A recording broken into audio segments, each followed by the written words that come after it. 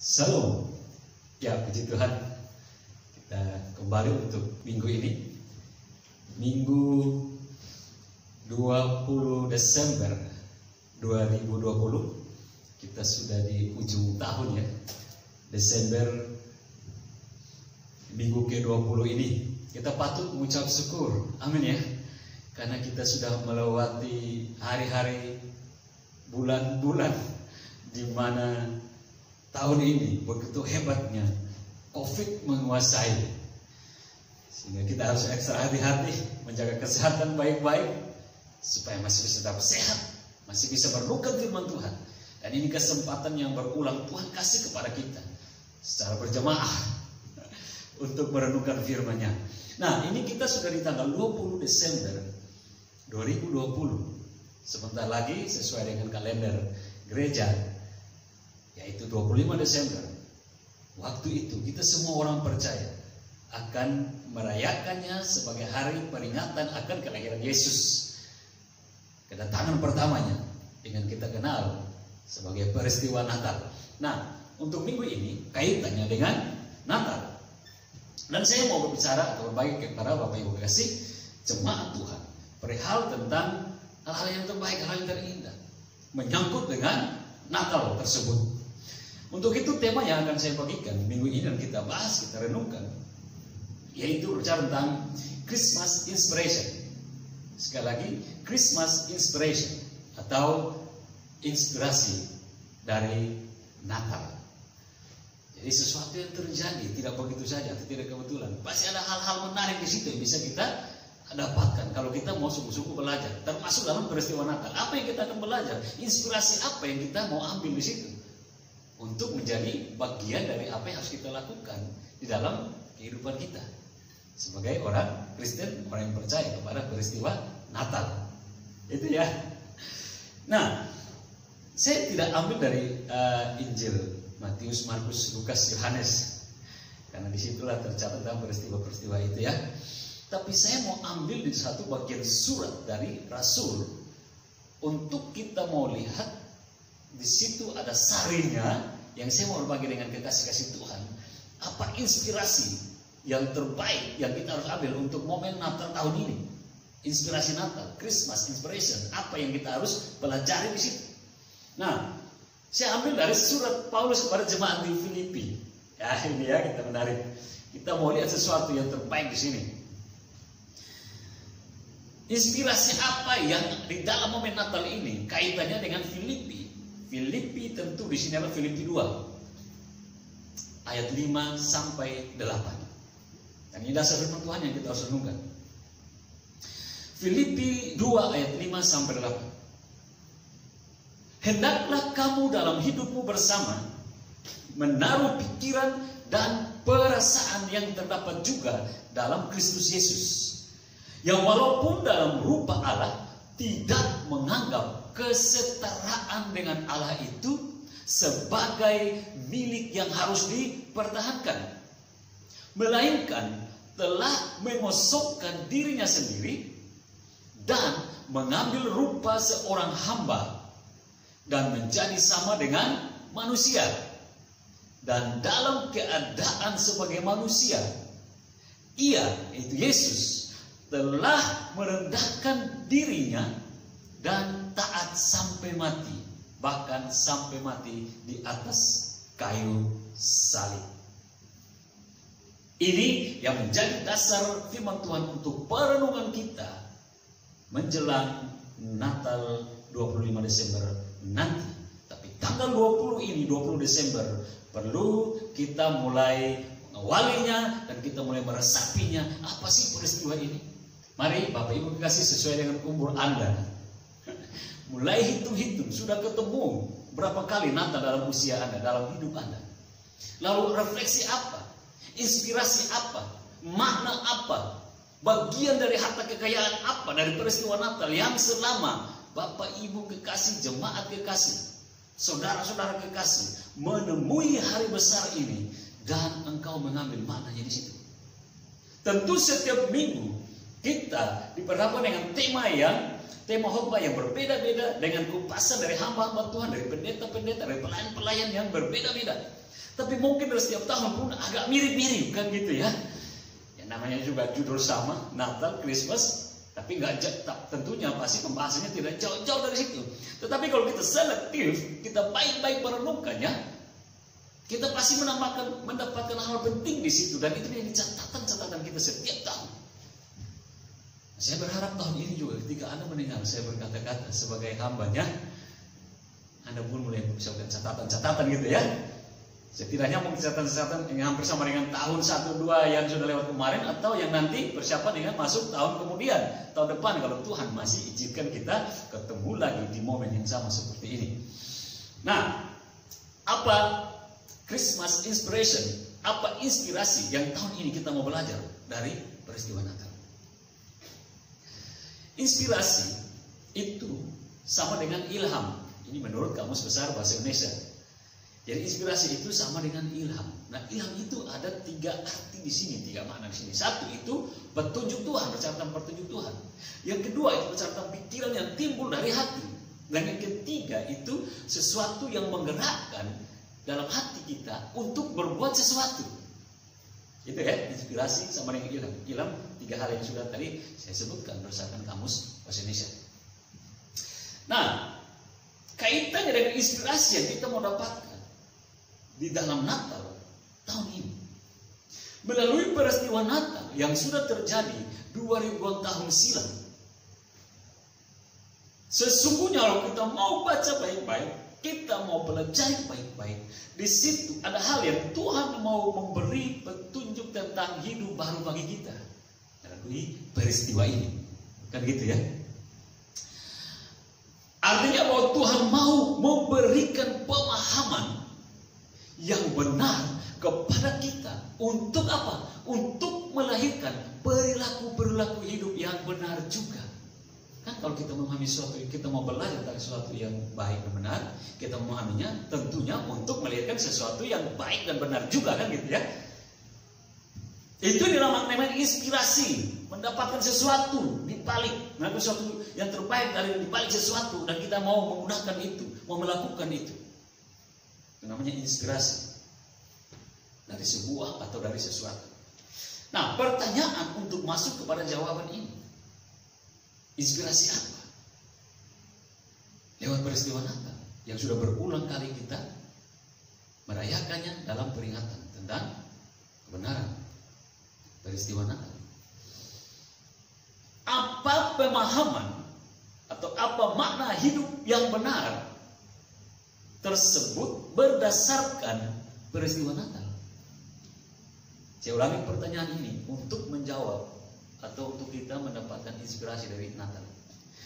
Apa pemahaman hidup yang benar tersebut berdasarkan peristiwa Natal? Kan tadi dibilang bahwa dengan Natal ini Tuhan mau mengajarkan kita, memberi petunjuk hidup baru, yaitu memberikan pemahaman yang benar supaya kita dapat berlaku yang benar. Nah, pemahaman yang benar itu seperti apa? Hidup yang benar, pemahaman hidup yang benar seperti apa yang kita bisa dapatkan dari peristiwa Natal? Setidaknya ada 3 hal di sini yang bisa saya bagikan dengan kekasih-kekasih Tuhan.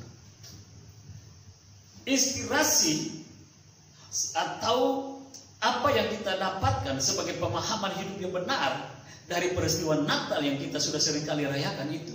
Pertama, yang ini berbicara bahwa kita adalah anak-anak Tuhan. Ini penting. Kaitannya dengan kita berbicara dari surat Paulus kepada jemaat di Filipi. Sesungguhnya adalah dalam inspirasi Natal yang kita pelajari bahwa ketika kita merayakan terus Natal yang Tuhan masih izinkan kita rayakan di dunia ini selama kita masih hidup, maka di situ pun kita harus memaknainya bahwa sesungguhnya dengan kita bertemu Natal, di situ kita ulang lagi pengetahuan kita bahwa kita ini adalah anak-anak Tuhan. Kok bisa dengan peristiwa Natal? Apa hubungannya dengan kita anak-anak Tuhan? Kan gitu ya. Oke.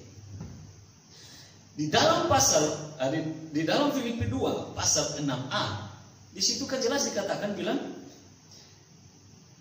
yang walaupun dalam rupa Allah. Apa maksudnya ini? Ayat 5 sebelumnya dikatakan, hendaklah kamu dalam hidupmu Dan hendaklah kamu dalam hidupmu bersama.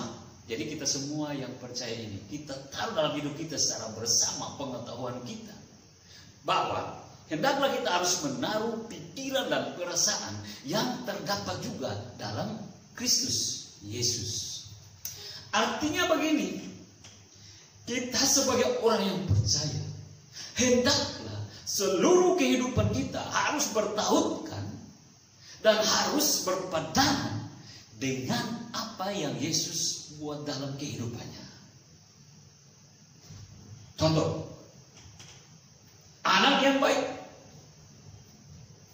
bapaknya berlaku A, tentunya dia juga berlaku A, supaya tanpa berkata-kata orang bisa mengatakan, oh dia pasti anaknya si bapak A itu. Lalu orang lain tanyakan, kok bisa? Iya, coba perhatikan baik-baik. Sifatnya sama. Bapaknya buat A, dia juga mengikuti A. Nah ini maksudnya ya. Orang bilang apa?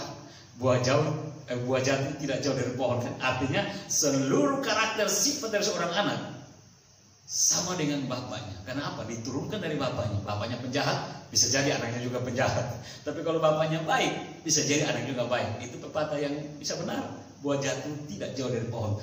Hal yang hampir sama di sini dikatakan bahwa kita sebagai orang yang percaya harusnya hidup berpandangan seperti yang Tuhan Yesus hidup. Artinya supaya dengan perbuatan kita, tanpa kita berkata sebagai orang Kristen, tanpa kita mengatakan sebagai orang Kristus, orang bisa melihat dari situ, bisa paham di sini ya. Nah, dalam satu hal di sini, kalau memang kita harus sama dengan Kristus, maka dalam ayat 6a dari Filipi 2 di sini dikatakan yang walaupun dalam rupa Allah.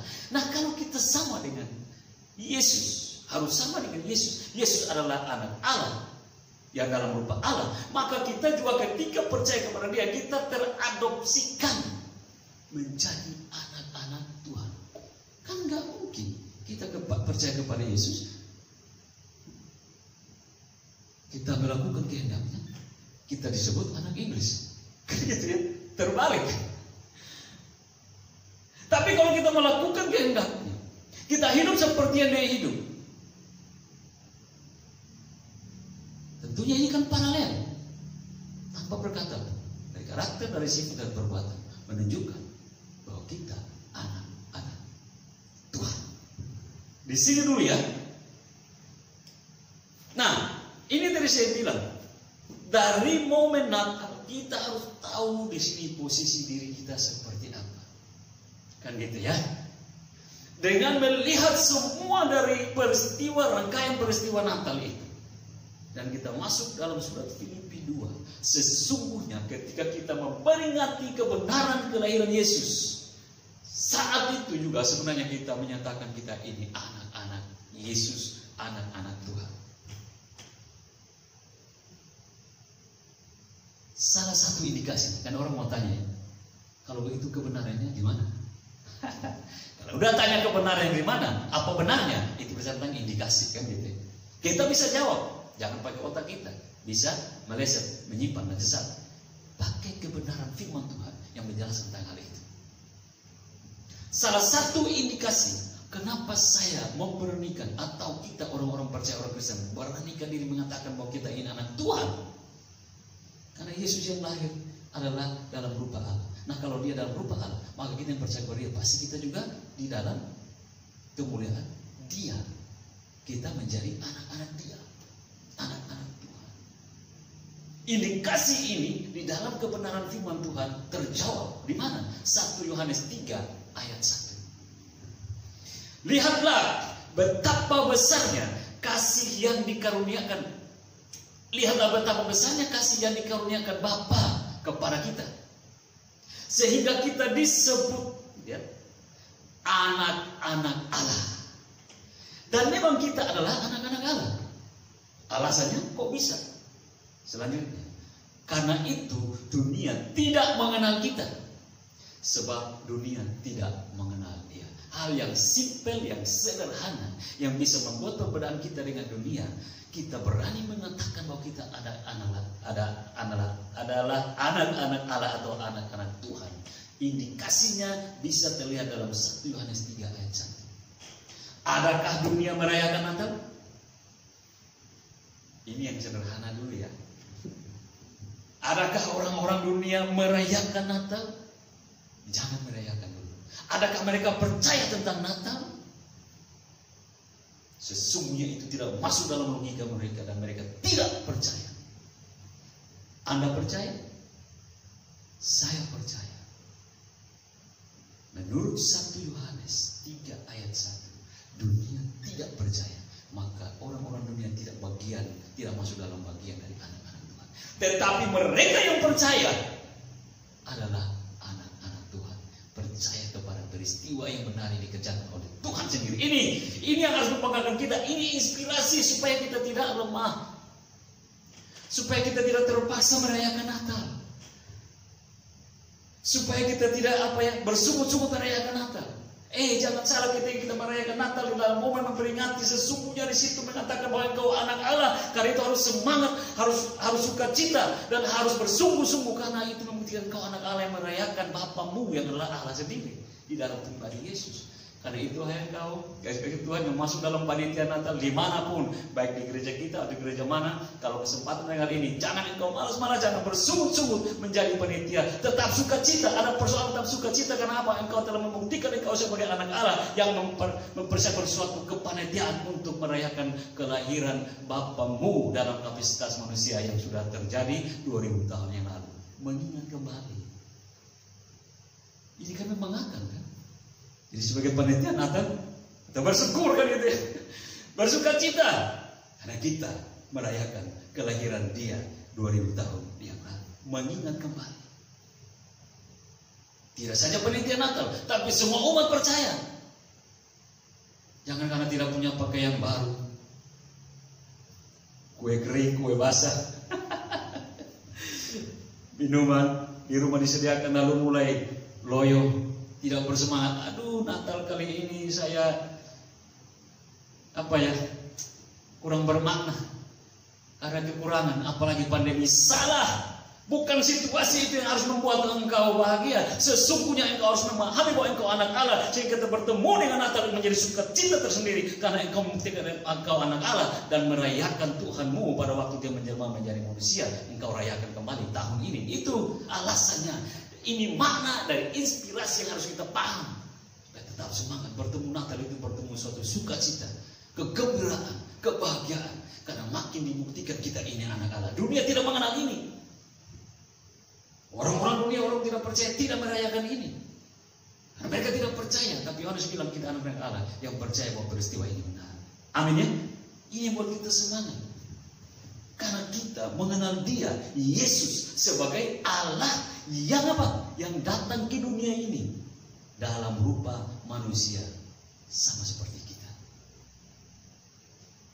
Kita mengenal kebenaran peristiwa ini, maka dengan hati yang penuh sukacita dan rasa syukur yang teramat sangat, kita memperingati peristiwa kelahiran Yesus, yaitu kedatangan Dia yang pertama. Dengan apa? Nah, yang penting euforia sukacita ini sebagai anak-anak Allah. Yang penting di sini tetap berusaha dalam sukacita itu, dalam rasa syukur besar itu, berusaha untuk hidup benar sebagaimana Dia yang adalah benar. Kalau berusaha hidup benar berarti mungkin pernah nggak benar kan gitu ya. Ya kita harus sadari itu. Kita orang-orang yang nggak benar. Tapi kita punya Tuhan yang benar. Kita mau sama seperti Dia. Tadi dalam Filipi 2 ayat 5. Hendaklah taruh pikiranmu bersama-sama seperti Dia, maka Dia adalah benar. Maka kita juga harus berusaha ketika momen Natal datang, kita harus berusaha untuk menjadi serupa dengan Dia, karena kapasitas kita adalah berdekati sebagai anak-anak Tuhan, dan kita harus mau berjuang. Sudah mau melepaskan tahun lama ini kan? Masa kita mau masuk dengan tahun baru kalau Tuhan izinkan dengan kehidupan yang lama? Tentu kita mau merubah suatu kehidupan yang baru, yang sesuai dengan Tuhan, yaitu menuju pada kebenarannya sebagai anak-anak Tuhan, karena Bapa kita yaitu Yesus adalah benar adanya. Dari semua ini berbicara bahwa kenapa kita berani kita mengatakan kita anak Tuhan, karena kita percaya bahwa kita percaya kepada Yesus Kristus yang adalah Tuhan dan Juru Selamat. Dunia tidak percaya.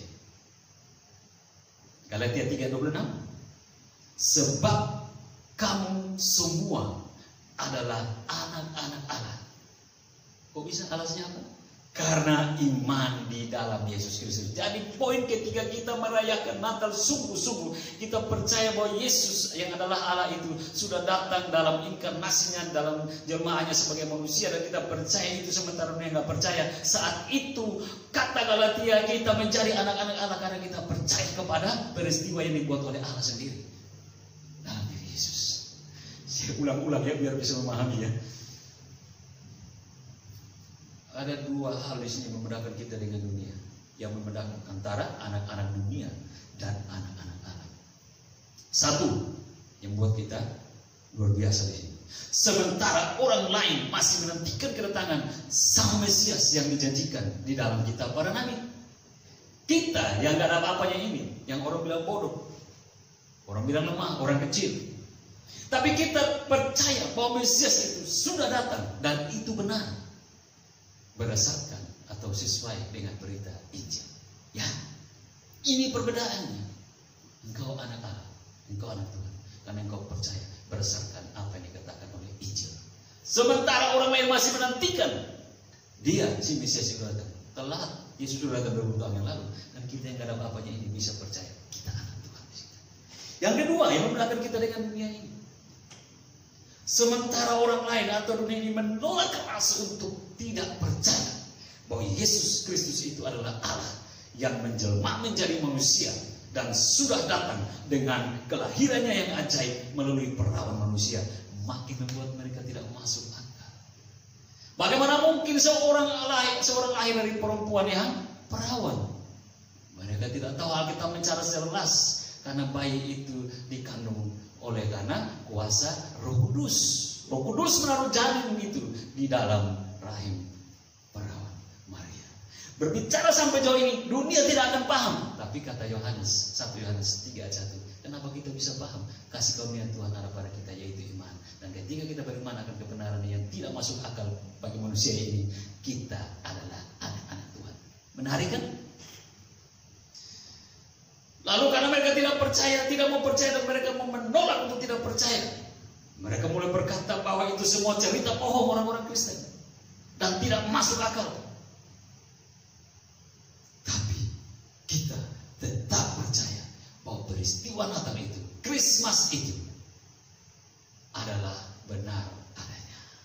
Anda percaya, saya percaya, kita anak-anak Tuhan. Wow. Dari dua hal tadi yang saya bilang itu, sementara orang lain masih menantikan atau sementara orang lain lagi menolak keras untuk percaya, dua hal ini membedakan dengan kita. Dua hal ini menjadi berbeda antara keyakinan mereka dengan keyakinan kita. Sesungguhnya menunjukkan sekali lagi pada indikasi bahwa memang kita adalah benar-benar anak Tuhan yang percaya kepada peristiwa ajaib yang dikerjakan, hanya bisa dikerjakan oleh Tuhan sendiri, yang telah menyelamatkan kita oleh pribadi Natal itu sendiri. Wow. Tapi ya ini biasanya pendakwa itu tidak mau kalah. Pendakwa itu selalu mau bekerja untuk mencurahkan perasaan kita, menghancurkan, meragukan, mengabu-abukan iman kita untuk ragu-ragu dan tidak mau percaya pada kebenaran ini. Karena iblis bekerja lewat manusia-manusia lain yang tidak percaya itu. Terus mereka mengejek kita. Mereka ini nasib mengajak kita sebagai anak-anak Tuhan untuk melemahkan iman kita dengan berkata begini, anak Tuhan kok begitu? Anak Tuhan kok begitu modelnya? Lihat aja, jelek, hitam, kafir lagi. Sekarang kan mulai terjadi. Anak Tuhan kok begitu? Udah gak ada apa-apanya lagi. Udah hitam, jelek, kafir lagi. Anda perlu sakit hati dengan perkataan-perkataan seperti itu. Dibilang kafir, Anda perlu nangis, Anda perlu sakit hati, kecewa dengan kata-kata itu. Gak usah peduli. Perkataan itu tidak membunuh kita. Perkataan itu makin buat perbedaan antara kita dengan mereka. Gak apa-apa. Mereka mulai berkata, begitu maju terus dengan iman dalam kebenaran bahwa apa yang kita percaya itu betul-betul benar. Sebab kenapa? Karena nanti pada waktunya juga kebenaran tersebut bahwa kita anak-anak Allah ini akan terbukti dan dibuktikan oleh Bapa kita sendiri, yaitu Tuhan. 1 Yohanes 3 ayat 2 dan 7a. Ayat 2. Saudara-saudaraku yang kekasih, sekarang kita adalah anak-anak Allah. Tuh. Tetapi belum nyata apa keadaan kita kelak. Jadi memang belum nyata, kita masih daging, sama seperti dunia ini, orang-orang dunia. Masih daging, kita masih sama seperti mereka, sehingga mereka masih puas-puas membicarakan tentang kita, puas-puas ngeledek kita, puas-puas menghina kita. Karena kita masih sama seperti mereka, masih dengan daging. Sekarang, tapi sesungguhnya sekarang pun kita dalam predikat sebagai anak-anak Allah, anak-anak Tuhan. 1 Yohanes 3 ayat 2. Akan tetapi kita tahu, nah ini, bahwa apabila Kristus menyatakan dirinya, nah ini menyatakan dirinya ini bukan Natal lagi. Ini dia datang yang kedua dalam suatu kekuatan yang full, otoritas full sebagai raja atas segala raja, yang memang segala kendali kekuasaan di surga dan di bumi. Dia tidak lagi seperti peristiwa Natal yang kita rayakan dulu tahun lalu, datang dalam bentuk bayi kecil dan bertumbuh menjadi manusia yang lemah dan seperti tidak berdaya. Dia datang yang kedua, kata Yohanes 3 ayat 2 ini, dalam suatu kekuatan full sebagai raja segala raja, Allah di atas segala Allah kecil-kecil itu. Kelak apabila Kristus menyatakan dirinya, kita akan menjadi sama seperti dia. Nah ini. Jadi kalau hanya bilang lu hitam, lu pendek, lu gak berduit, nggak ada apa-apanya, masa cuma itu kita mau kalah dengan suatu janji kebenaran bahwa iman yang sekarang kita miliki adalah iman yang menyelamatkan, dan iman itu menghantar kita menjadi anak-anak Allah. Kita harus buang iman kita yang terlalu bernilai itu dengan perkataan, dengan ejekan-ejekan hinaan yang tidak ada artinya itu. Pertahankan itu baik-baik, sebab kita akan melihat dia dalam keadaannya yang sebenarnya. Itu nanti waktunya. Dan kita pakai kata aja indah pada waktunya, kan? Ayat 7 di sini kunci kita. Anak-anakku, janganlah membiarkan seorang pun menyesatkan kamu. Jangan dengan perkataan, dengan ejekan mereka engkau ciut imanmu. Lalu akhirnya, oh iya ya, kok masa saya masih begini? Saya sama seperti mereka, saya anak Allah. Terus saya menderita begini. Mereka boleh sukses, mereka boleh punya segalanya. Saya kok enggak, padahal saya bilang anak-anak udah jual keselamatan, hidup sama dengan dunia.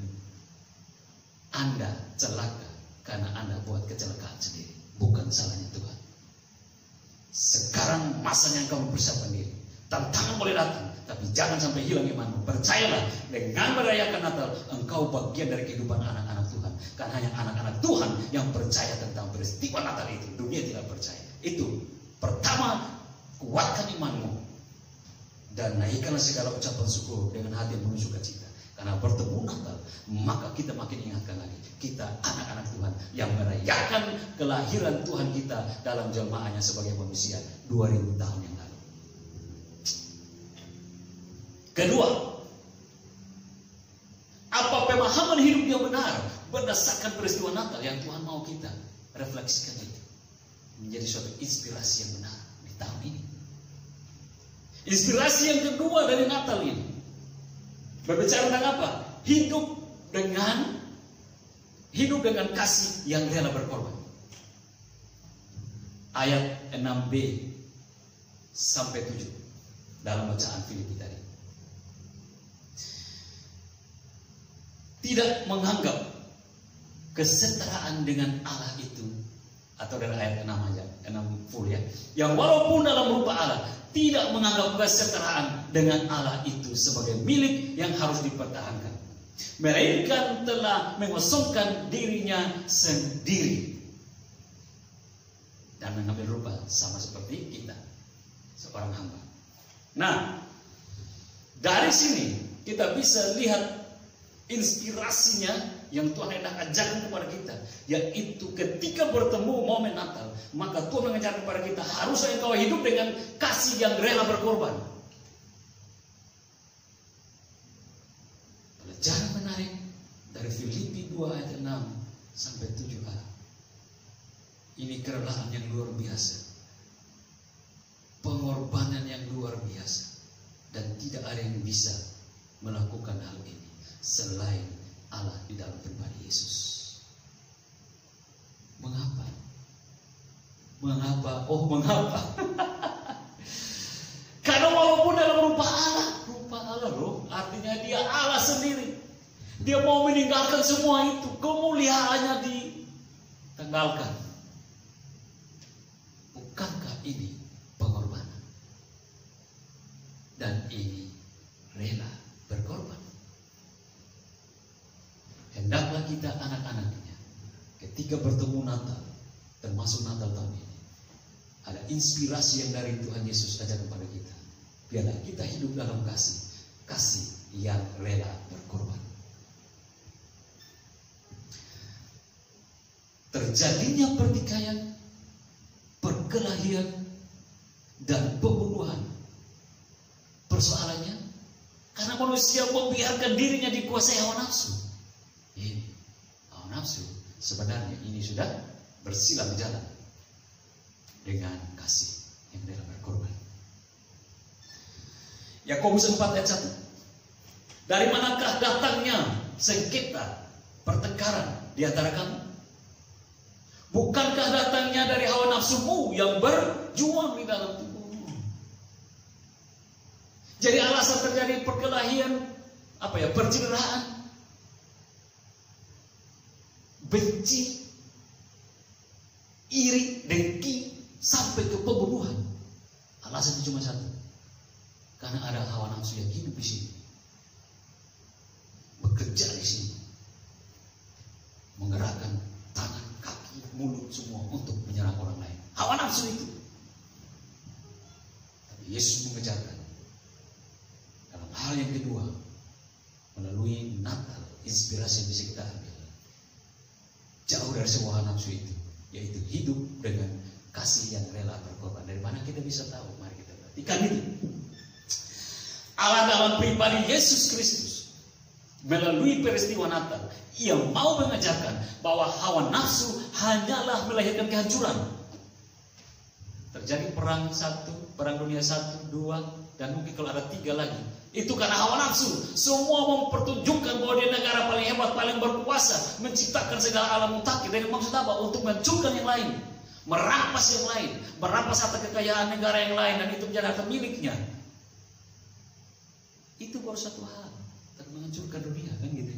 Belum hal-hal lain yang terjadi dalam keluarga-keluarga, dalam kelompok-kelompok kecil, dalam gereja, dalam organisasi, bisa hancur karena apa? Hawa nafsu tadi. Tetapi kasih yang rela berkorban akan menyelamatkan seluruh kehidupan. Ini yang Yesus mau ajarkan bagi kita. Artinya Allah mau menunjukkan bahwa hawa nafsu itu bukanlah sifatnya. Kita pakai seandainya kan. Kita mau main-main logika kita, supaya kita mau lihat betapa luar biasa Tuhan itu bagi kita. Seandainya Allah di dalam pribadi Yesus memiliki hawa nafsu sama seperti kita, yang melahirkan keegoisan, maka habislah kita, tamatlah riwayat kita, binasalah kita semua. Kok bisa? Iya, karena kita pakai seandainya kalau Yesus Allah itu memiliki sifat hawa nafsu sama seperti kita. Kenapa? Karena pasti dia juga akan merasa jatuh harga dirinya untuk menolong kita yang ini. Bagaimana tidak? Allah yang mulia, Allah yang agung, yang tiada bandingnya. Masa mau turun ke dunia yang fana ini, datang kepada tanah liat debu-debu ini untuk menolong? Harga diri gua di mana, kan gitu ya? Harga diri gua di mana datang mau turun ke tempat yang hina ini, yang jorok ini, yang kotor, yang najis ini? Gak. Nanti saya juga ikut jorok, nanti saya juga ikut najis. Seandainya kan kita pakai kata gitu. Kalau seandainya Tuhan juga sama seperti kita, memiliki hawa nafsu, yang sifatnya ada hawa nafsu, celakalah kita semua dan tidak ada pertolongan. Tapi sebaliknya, melalui peristiwa Natal dia mau ajarkan kepada kita Sesungguhnya Dia, yaitu Allah, adalah kasih. Maka Dia rela berkorban. Untuk apa? Untuk meninggalkan semua kemuliaan surgawinya yang tiada tara itu. Dan apa? Memilih untuk seketika lamanya menjadi manusia sama seperti kita. Maksudnya apa? Ada maksudnya mulia, yaitu untuk menyelamatkan kita. Ini Tuhan tidak memiliki sifat hawa nafsu. Sifat hawa nafsu hanya ada di dalam dunia ini, dikerjakan oleh bapa dunia ini, yaitu iblis. Mengerahkan orang-orangnya, mengerahkan umat-umatnya untuk menghancurkan anak-anak Tuhan. Mari kita belajar dari poin Natal. Inspirasi yang kita bisa ambil yang dikerjakan oleh Tuhan, yaitu belajar untuk hidup kasih yang rela berkorban. Yesus mengajarkan itu. Banyak kali kita merasa tidak nyaman karena apa yang menjadi bagian kita atau hak kita terampas atau dirampas oleh pihak lain atau orang lain. Dan itu tentu menyakitkan sekaligus melahirkan kemarahan dan kebencian, bukan? Banyak hal terjadi di sini. Tapi dua hal yang bisa saya kasih contoh di sini. Misal yang pertama, contoh yang pertama. Dalam berbagi warisan di satu keluarga. Di sini bisa terjadi ketidakadilan antara hak seorang saudara dengan hak saudara yang lain. Yang satu merasa lebih berkepentingan, lebih berhak untuk menguasai warisan itu.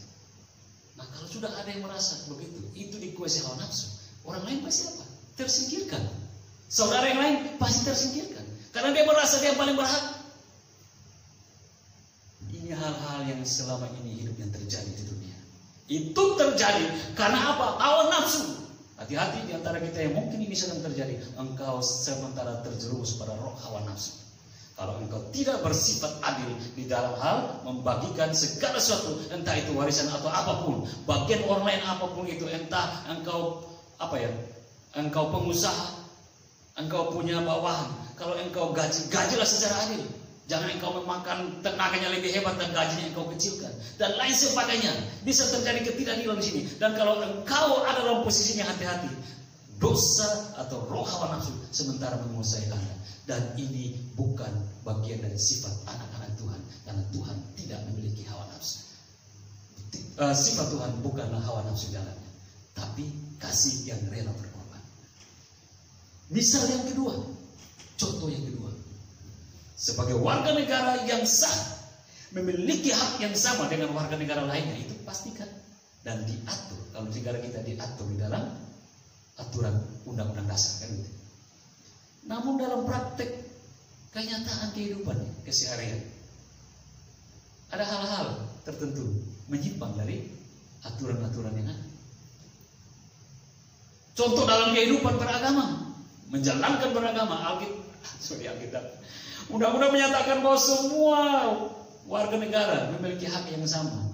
Entah dia mau percaya agama apa silakan, dia mau menjalankan seperti apa, dia mau berdoa seperti apa silakan diatur. Tapi prakteknya, kenyataannya ada banyak hal penyimpangan terjadi, termasuk kita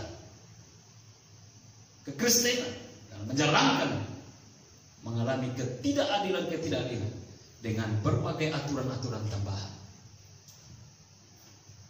Ini hal-hal yang memang kita alami dan itu kenyataannya. Akhirnya kita harus beribadah di tempat yang tidak seharusnya. Tapi yang puji Tuhan, setidaknya tidak ada gedung gereja sendiri, tapi masih ada ruangan atau bangunan lain yang bisa masih kita pakai, kan gitu ya. Harusnya kita sadar ini bagian dari ketidakadilan yang kita alami. Tapi mari kita lihat dari inspirasi Natal. Haruskah ini menjadi suatu hal yang memicu hawa nafsu kita untuk membalaskannya atau tindakan baik seperti apa? Belajar dari inspirasi Natal, belajar tentang kasih, dan ada suatu kerelaan. Dan masih banyak hal lain yang di dalamnya kita mengalami perlakuan yang tidak adil. Di titik masalah seperti ini, kita diperhadapkan dengan dua pilihan sikap. Apakah harus melawan dengan kemarahan yang besar karena kita merasa berhak untuk melakukan itu? Ya kan saya udah dibuat tidak adil. Saya yang selalu disalahkan. Saya yang selalu mengalami hal-hal seperti ini. Rasanya tidak adil. Saya harus lawan. Apakah di titik ini berdasarkan inspirasi Natal yang tahun ini kita renungkan, haruskah kita lawan dengan apa? Kemarahan besar karena itu hak kita harus lawan? Atau sebaliknya, yaitu kita memilih untuk menjadi orang yang kuat, pahlawan, atau bagaikan pahlawan yang hebat dengan berani merelakannya sebagai tindakan kasih menghadapi semua ketidakadilan ini. Dua ini yang akan bekerja dalam pikiran kita dan nanti kita, bagaimana kita ambil tindakan. Apakah kita harus lawan atau kita bertindak dengan kasih yang rela berkorban untuk memenangkan yang lain, kan gitu ya. Berbicara kasih yang rela berkorban sama nilainya dengan apa? Sikap sabar yang melahirkan penguasaan diri. Amsal 16 ayat 32. Orang yang sabar melebihi seorang pahlawan. Itu tadi saya bilang, apakah kita harus melawan semua kita dengan kemarahan kita yang besar, atau kita mau berani dengan rela untuk menerimanya dengan baik bagi seorang pahlawan? Amsal 16 ayat 32 sekali lagi saya bilang, orang yang sabar melebihi seorang pahlawan. Orang yang menguasai dirinya melebihi orang yang merebut kota. Melalui peristiwa Natal, inspirasi yang kita bisa ambil, Yesus mengajarkan sifat kasih yang rela berkorban. Di mana? Perhatikan, di dalam peristiwa Natal itu sesungguhnya dia rela melucutkan itu melepaskan. Dia rela melucutkan atau melepaskan segala kemuliaan ilahi surgawinya. Dia melucutkan, dia melepaskan segala kekuasaan ilahi surgawinya. Dia rela melucutkan, dia melepaskan segala kekuatan otoritas ilahi surgawinya. Dia masuk ke dunia sebagai seorang bayi yang lemah, bertumbuh menjadi kanak-kanak, remaja, pemuda, dewasa, dan tetap dalam kondisi manusia yang dalam tanda kutip seperti lemah. Padahal di dalam dia bernaung kepenuhan Allah. Bayangkan, ini suatu inkarnasi yang sempurna, dan Allah bertindak dalam suatu sifat atau karakter kasih yang rela berkorban yang sempurna. Inspirasi Natal yang kedua, biar kita boleh belajar tentang Yesus, hal kasih dan kerelaan itu. 3. Apa pemahaman hidup yang benar berdasarkan peristiwa ini? Artinya apa inspirasi dari Natal yang tahun ini kita harus ambil dan kita melakukannya dalam hidup kita? Ketiga adalah berbicara tentang hidup rendah hati dan bersahaja. Wow. Hidup rendah hati dan bersahaja. Ayat 8. Dalam keadaannya sebagai seorang manusia, dalam Filipi tadi ya, dan dalam keadaannya sebagai manusia, ia telah merendahkan dirinya. Poin yang ketiga dari inspirasi Natal tahun ini yang Tuhan izinkan kita pelajari, yaitu dalam hidup kita, mari kita belajar untuk tetap rendah hati dan bersahaja. Apa itu bersahaja? Bersahaja itu tentang kesederhanaan, yang sederhana saja. Tentu menjadi anak-anak Tuhan. Poin pertama kan harus kita ingat, setiap kali ketemu Natal kita memperingati, kita merayakan, harusnya kita berbangga di situ. Kita membuktikan bahwa kita anak-anak Tuhan yang merayakan kelahiran Tuhan kita. Kan gitu ya? Dunia tidak mengenal itu dan dunia tidak merayakannya. Nah, tentu menjadi anak-anak Tuhan itu membawa kebanggaan tersendiri, bukan? Melebihi dari segala kebanggaan yang ada di dunia ini. Amin ya? Kenapa enggak? Mulai dari level bawah. Jadi anak kepala desa atau anak lurah aja, wah udah keren kan gitu ya. Naik level lagi. Jadi anak camat Oh, lebih keren dikit lagi. Hebat lagi, bangga lagi. Satu level lagi, naik lagi. Jadi anak wali kota. Waduh, hai, makin keren. Makin mantap, makin bangga. Satu level lagi, jadi anak bupati. Anak bupati ya. Satu level naik lagi, jadi anak gubernur. Widih, bangganya gimana ya? Naik lagi, jadi anak menteri. Wow, bapaknya muncul di televisi terus kan, menteri. Atas, jadi anak presiden. Wah, betapa bangganya. Betapa bangganya menjadi bapak, anak dari seorang bapak yang presiden. Itu level ukuran dunia. Bangganya sudah gak ketulungan gitu kan. Apalagi kita dalam dunia ini disebut anak-anak Tuhan. Tidak ada level lagi yang di atas Tuhan. Tuhan di atas segalanya, paling di atas. Dan mulut kita gak mampu lagi menguraikan yang atas seperti apa. Pokoknya yang teratas. Bagaimana kita tidak bangga kita menjadi anak yang teratas? Kebanggaan seperti apa? Melebihi segala sesuatu yang kebanggaan di dunia ini. Karena itu kalau engkau sekarang anak Tuhan, jangan engkau tukar, hai perempuan, jangan engkau tukar predikat anak Tuhanmu dengan laki-laki yang tidak seiman. Sebaliknya, hai engkau yang cowok-cowok, milikilah kebanggaan sebagai anak Tuhan Yesus. Jangan engkau tukar itu dengan seorang perempuan yang imannya beda. Hati-hati. Atau jangan tukar dengan apa? Pangkat, jabatan, karir dan lain sebagainya. Karena predikat anak Tuhanmu lebih dari semua itu dalam materi yang ada di dunia ini. Tapi apakah ini? Supaya ada kaitannya dengan inspirasi yang ketiga, hidup rendah hati dan bersahaja yang diajarkan oleh Yesus melalui peristiwa Natal. Tapi apakah karena itu, karena predikat sebagai anak-anak Tuhan, kita harus menjadi sombong? Apabila kita menjadi sombong karena predikat tersebut, yaitu predikat sebagai anak Tuhan, maka sesungguhnya melalui sikap sombong itu kita sedang memberitahukan kepada dunia bahwa kita ini milik dunia dan bukan milik Tuhan. Hati-hati.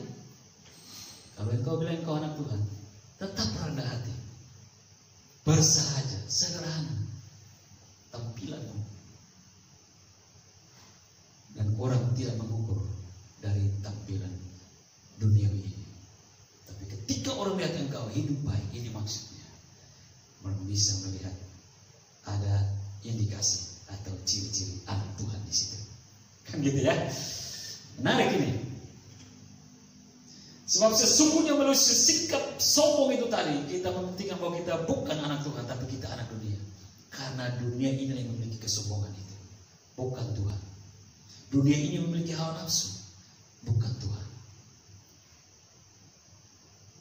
Sebab dengan kelahirannya itu Yesus Kristus sebagai seorang bayi yang lemah, sebagai seorang bayi lemah di dalam kandang yang hina dan dikunjungi oleh para gembala sederhana, Yesus mau mengejarkan tentang kerendahan hati dan kesahajaannya, kesederhanaannya. Ini poin dari inspirasi Natal yang ketiga. Belajar seperti Yesus hidup rendah hati dan bersahaja. Itu bisa kita lihat dari awal dia datang. Dia ada di tempat yang sangat sederhana, bahkan sangat. Tamu yang datang mengunjungi punya orang-orang rendahan yang sederhana, para gembala. Coba kalau Pilatus punya anak yang lahir kan, apalagi Herodes yang sok itu kan punya anak yang lahir, pasti di tempat tidur yang mas punya kan gitu ya, mas yang karatnya istimewa, tempat tidur yang hebat, pakai kulambu, kalau banyak yang pakai kulambu yang aduhai mantap pun gitu. Tamu yang datang kunjungan siapa? Ya pasti raja-raja yang lain, perdana menteri, presiden-presiden kan gitu, dan negara-negara yang lain. Itu pasti.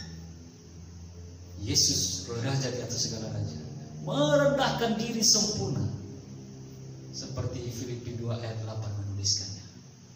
Ini menjadi inspirasi yang terbaik bagi kita di ujung tahun 2020 ini. Biarlah kita belajar untuk rendah hati dan sederhana, karena itu yang Yesus ajarkan kepada kita. Meski dia di dalam dirinya berdiam kepenuhan ilahi.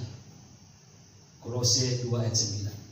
Sebab dalam Yesuslah berdiam secara jasmania seluruh kepenuhan kealahan.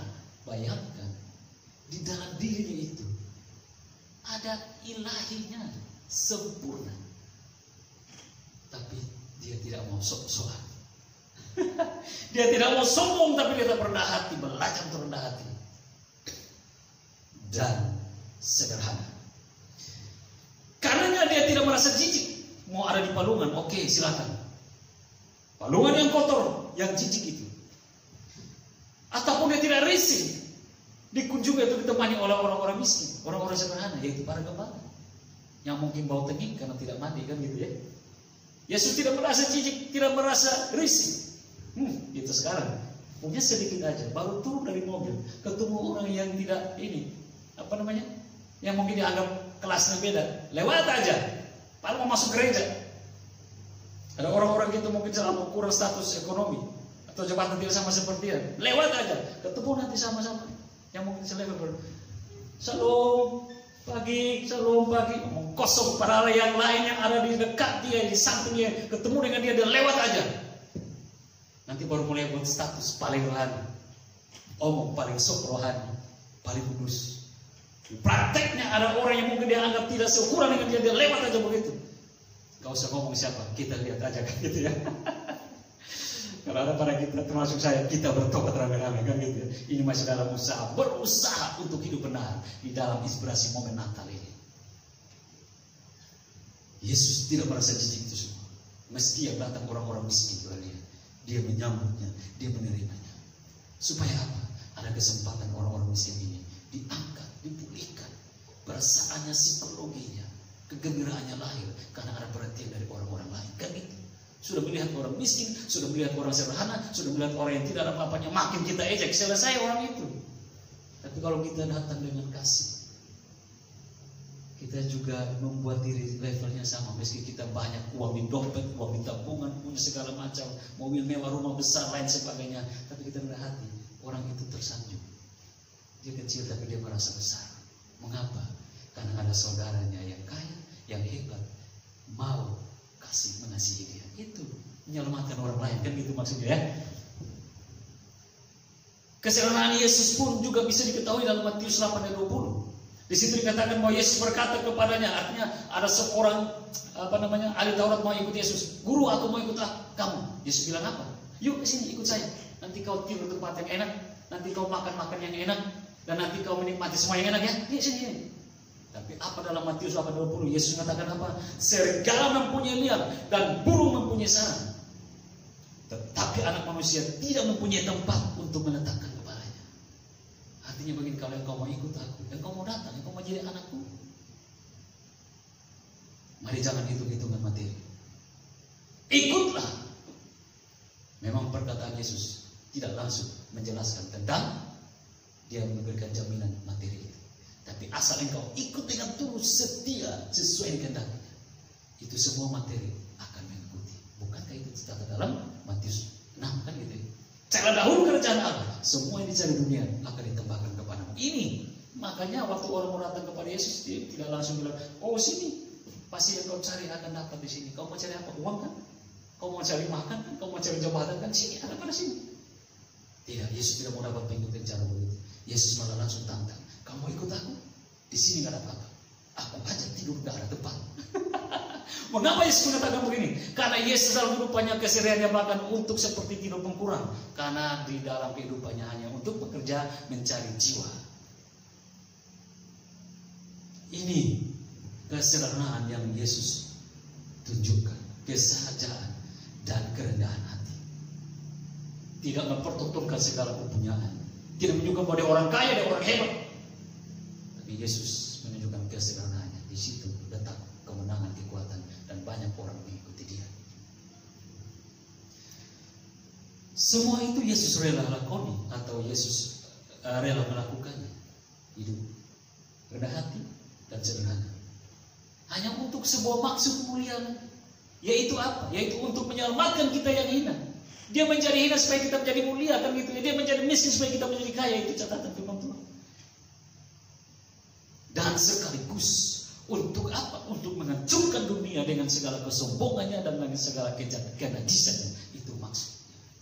Jadi Yesus mengalahkan kesombongan dan kenajisan dunia dengan kerendahan hatinya, dengan segala kesederhanaannya. Itu. Jangan orang sombong kau balas dengan sombong. Seberapa sombong sih? Nanti lama-lama kita nggak bisa ukur dengan dia, ya kita merasa kita kalah, lalu kecewa kan gitu ya. Kalahkanlah semua itu dengan kerendahan hatimu, dengan kesederhanaan. Terserah orang mau ngomong apa, terserah. Belajar rendah hati, belajar rendah hati, itu akan mengalahkan orang yang tadi ngomong-ngomong. Orang yang tadi menghina-menghina akan dikalahkan pada waktunya dengan kerendahan hati kita.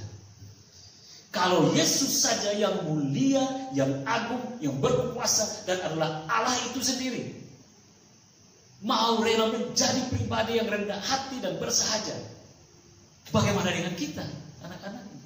Tentu kita sepakat ikut Yesus kan gitu ya. Ya hidup juga, belajar berusaha. Mungkin kita belum mampu, tapi belajar berusaha. Rendah hati, bersahaja, sederhana seperti Tuhan kita. Hendaklah kita tidak menjadi sombong karena kekayaan, karena jabatan, karena kecantikan, karena kegantengan, karena kepintaran, karena gelar dan semua kesuksesan yang kita miliki saat ini. Tapi jika itu pun ada pada kita, tetaplah bersikap rendah hati dan bersahaja atau sederhana seperti yang Tuhan kita perbuat. Menarik ya, inspirasi Natal yang ketiga. Penutup di momen Natal tahun ini, Natal 2020, biarlah kita meresapinya dengan baik-baik, secara baik, akan nilai-nilai kebenaran yang terkandung di dalamnya. Yang dimana melalui peristiwa Natal ini, Tuhan mau mengajarkan kepada kita untuk bisa menjadi berkat di dunia yang jahat ini. Dengan satu, hidup dalam kebenaran sebagai anak-anak Tuhan yang menjauhi segala kejahatan. Dua, mengobarkan kasih yang rela berkorban dalam jiwa kita untuk mampu mengalahkan segala sikap ketidakadilan dan keangkara-murkaan yang sekarang ini terjadi menimpa kita. Tiga, berlakulah rendah hati dan hidup sederhana secara tulus, supaya kita dapat diterima di semua kalangan, dengan maksud agar kita bisa mendekati mereka dan membagikan kabar sukacita Natal, yaitu kabar keselamatan dari Kristus, kepada mereka di semua kalangan-kalangan itu. Amin ya. Ini momen yang harus kita belajar setiap Natal. Biarlah kita tarik inspirasi dalamnya. Tahun ini ada 3 hal yang menjadi inspirasi bagi kita melalui peristiwa Natal. Biarlah kita tarik itu. Belajar hidup rendah hati, belajar hidup dalam kebenaran sebagai anak-anak Tuhan, belajar hidup dengan kasih yang rela berkorban, dan belajar hidup di dalam kerendahan hati dan kesederhanaan. Amin. Tuhan Yesus memberkati kita. Shalom.